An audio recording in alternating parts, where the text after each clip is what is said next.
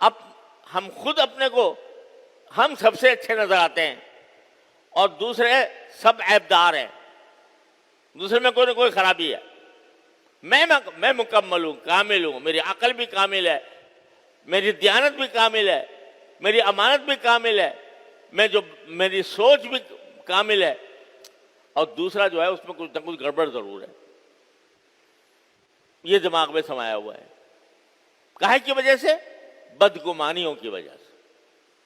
بدگمانیوں کی وجہ سے نتیجہ یہ کہ ایک مسلمان کا جو اکرام ہونا چاہیے، جس کا ہمیں حکم دیا گیا ہے کہ ہر مسلمان کا اکرام کرو، اس کی عزت کرو، اس کی توہین نہ کرو، تو یہ بات ہمارے دل سے اس لیے نہیں نکلتی، یہ ایسا حقیقت میں اس پر عمل اس لیے نہیں ہوتا کہ ہمارا دل بدگمانیوں سے بھرا ہوا ہے. فلاں نے یہ کام کیا تو یہ میرے خلاف سازش ہے، فلاں نے یہ کام، پتہ نہیں کس قسم کے گمانوں سے ہمارا دل بھرا ہوا ہے. قرآن ہماری نفس پر ہاتھ رکھتا ہے، جیسے نفس پر ہاتھ رکھ کر طبیب مرض بتاتا ہے، تو قرآن نفس پر ہاتھ رکھتا ہے ہمارے کہ جو تمہارے درمیان جھگڑے پھیلے ہوئے ہیں، نفرتیں پھیلی ہوئی ہیں، عداوتیں پھیلی ہوئی ہیں، ان کے اسباب ہم تمہیں بتا رہے ہیں، ان سے بچو. ان میں سے ایک سبب بدگمانی ہے. صرف دل میں گمان کر کے بیٹھ جانا اور گمان کر کے اس کو پکا کر لینا، یہی حرام ہے. اور اگر زبان سے کہہ دیا، وہ بدگمانی کی بات زبان سے کہہ دی، تو اس میں ایک دوسرا گناہ شامل ہو گیا. کیا شامل ہو گیا؟ غیبت شامل ہو گئی. ڈبل گناہ ہو گیا. ایک بدگمانی کی، دوسرے اس کی بات کو ظاہر کر کے غیبت کر دی.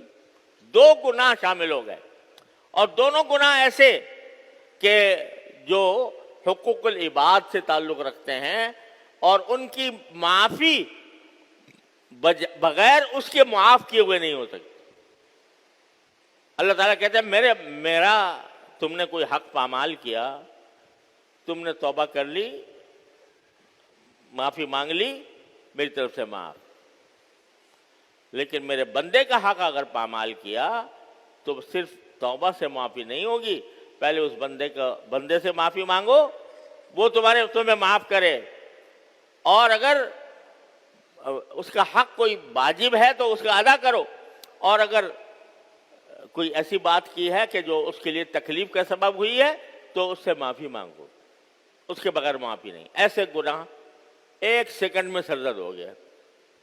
بدگمانی ہوئی، اس بدگمانی کو زبان سے نکال دیا، غیبت ہوئی، اور اگر مجمع کے سامنے کہہ دیا تو اس کے معنی یہ کہ اس غیبت کی تشہیر کر دیا آپ نے، اور زیادہ گناہ ہو گیا.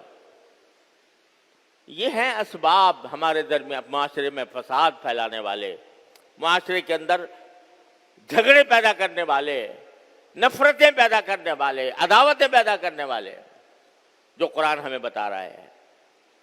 اللہ تعالی ہمیں سمجھنے کی بھی توفیق عطا فرمائے، اور اپنے طرز عمل پر غور کر کے ان کی اصلاح کی بھی توفیق عطا فرمائے.